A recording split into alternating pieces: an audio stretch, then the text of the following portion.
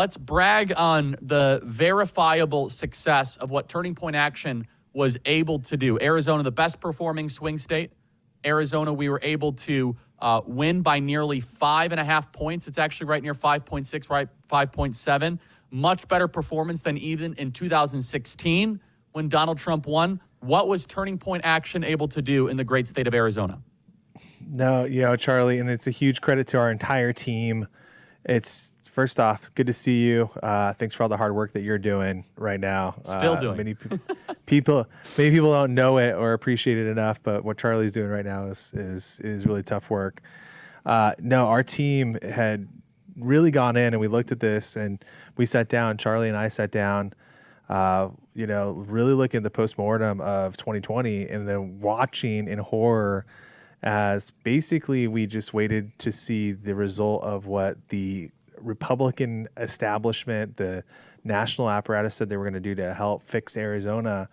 And as we say so many times, the cavalry didn't come. And so we knew very rapidly leading into 2022, we had to do something massive in the state because Arizona, as we've repeated on this show many, many times, is kind of like the Democrats' Michigan. If you lose Arizona, your statistical chance of winning the presidency goes way down, way down, to the tune of like over 70% of a likelihood based off of the current map. So having our team organize, we had to build this thing fast. We basically replicated what they've built in Michigan.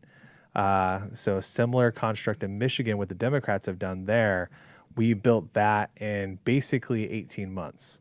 And they've spent the better part of probably 18 years building that there. So we are really proud of the team that we have.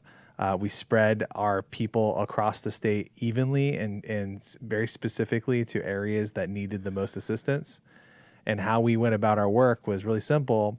And we're going to talk about this a whole lot in the coming next 2 and 4 years as we prepare to enter into other states and to expand in other states. And looking at how do you properly place enough people in order to chase enough ballots. And we did that through our super chase model. So how many ballots how many disengaged low propensity voters did we chase in Arizona? So we know we had a target audience in Arizona. So to put this into perspective, when all is said and done, Arizona is going to be again at about 3.5 million, just a little bit more than 3.5 million voters. And so that was the target that we looked at.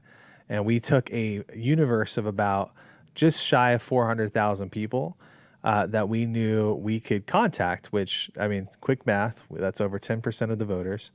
So you're looking at a base of at least 10% of the voters, plucking out the people who are least likely to vote. When you do that, the method and methodology that, again, the left uses, and now what we are using is put enough bodies on the ground to chase half of those people. That's 5%. Well, if you can do better than that, you're going to be able to get your candidates across the finish line in a bigger number. If you don't hit that number, and the polls, again, are within those margins, which all the swing states we know, are within those, have been 2, 3, 4, 5 points, you could lose. You could lose any state. And we look at Wisconsin, for example, Charlie. That's one of those states that Trump has won and lost by very slim margins, including this year. We did that work and performed that same work in Wisconsin, and he barely won, right? We barely pulled out a W there.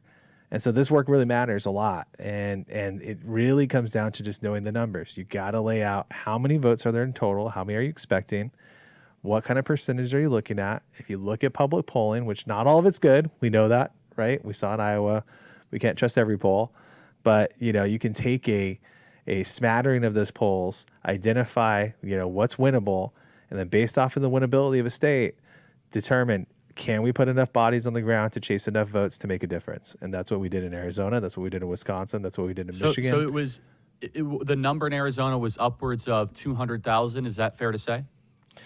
Yeah. So in Arizona, we ultimately chased, Charlie. We will have the final numbers confirmed by actual voter data, which they have not yet released. in Maricopa County. So we know Maricopa County counts slow. They also, believe it or not, release voter data very slow. And so those numbers will be finalized. But what we have confirmed between what we know and the people that we've chased, that we've confirmed, we well exceeded 200,000 voters, which was above our projections, above what our goals were, pretty significantly. Well, also, and I'm looking at the numbers here, that is more than the margin of which Donald Trump won the state of Arizona by. Donald Trump won the state of Arizona by about 186,000 votes, if my math is right, ish, 186,000 votes, which, by the way, is a triumph. But you count those 200,000 people. Without that work, Tyler, Arizona would have been a nail-biter, if not a Kamala Harris victory. Is that fair to say? Oh, it's very fair to say, Charlie. I mean, we ended up with 3 right now before, I mean, we're still counting votes in Arizona. So, I think we're finally hit the 99 percentile here now. So there'll still be some trickling in. But we're looking like in the presidential race, there was over 3.3 million votes cast. That's a little bit below what happened last election in 2020. But that's a pretty sizable amount of people. But yeah, I mean, right now, where we're sitting, Donald Trump wins this election by less than 200,000 votes. We can attest to the people that turned in ballots that we had pretty significant contact with. And we're not talking, going and hanging a door hanger on their door, not sending a text message. Those are nice things that you need, and you need other groups to do as vote reminders. We were building relationships, having 5, 6, 7, 8, 9 meaningful relational contacts with these people. And that's the difference. Bringing them cookies, offering to help, bringing their groceries, seeing them at the park, waving them at the mailbox, being from their neighborhood. That is what moves votes. That is how you get people to turn out who are not likely to turn out. That effectivity through our process was able to get Donald Trump across the finish line, and not just Arizona, but we believe in Wisconsin as well.